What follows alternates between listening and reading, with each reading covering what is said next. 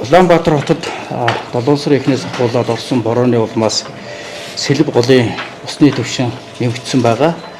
За энэ усны түвшин нэмэгдэж сэлб голын 70 сэтэрч нийтдээ нийслэлийн 26 хорооны 331.6 мянган өрхийн 128.1 мянган хүн үйлдвэртсэн ийм тохиолдол бий боллоо.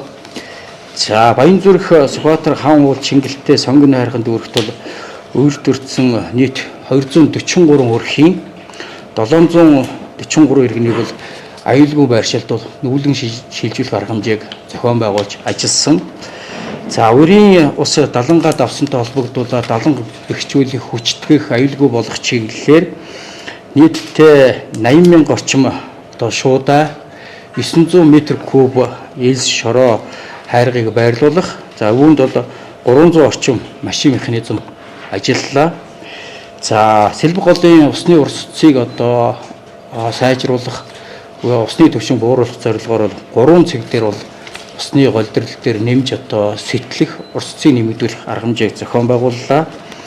За ус суруулах нийтийн орон сууц усанд давтсантай холбогдуулаад ус суруулах арга хэмжээг 6 хоногийн туршид тасралтгүй зохион байгуулсан. За зөвхөн автомашинаар тэр усыг зөөвөрлөөд аюулгүй газар руу шилжүүлэхэд бол 9240 тонн усыг зөөх арга хэмжээг зохион байгуулсан. За дийлэнх нь бол мот помп гэдэг ус зайлуулах, суруулах машин механизмыг бол ажиллаж ашиглалаа. За нийтдээ 144 барилгаас бол ус суруулах арга хэмжээг зохион байгуулсан.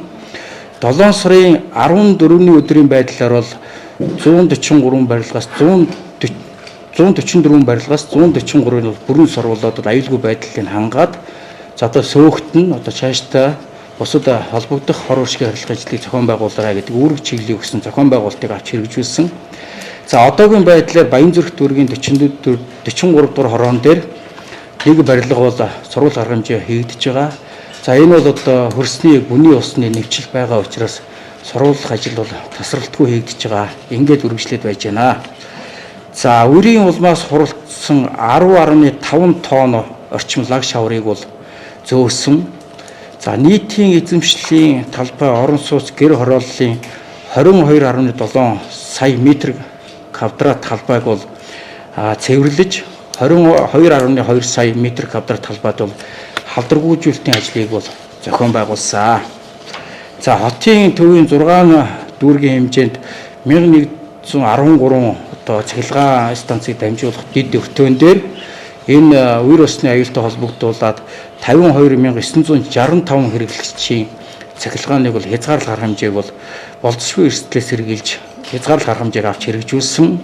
За 7 сарын 10-ны байдлаар бол нийтдээ тэгээд 1086 дэд өртөөний 48801 хэрэглэгчийн цахилгаан хангамжийг бол сэргээж хэвийн байдалд оруулах ажлыг зохион байгуулсан.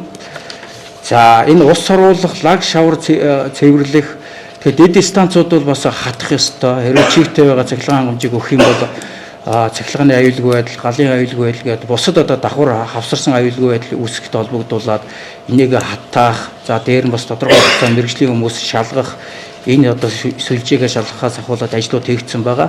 Энэ хүрээнд 27 дэд өртөөний 4164 хэрэглэгчийг бол 7 сарын баяр наадмын өдрүүдэд 11-ээс 15-ны өдрүүдэд дахиад ажиллаж байгаа цахилгаан толгох ажлуудыг хийгдсэн.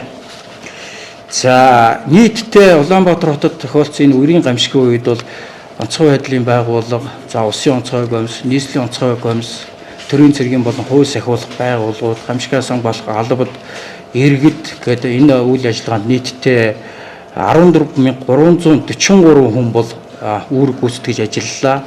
За 2800 техник хэрэгслийг бол энэ үйл ажиллагаанд бол ашиглаж ажилласан байж байгаа.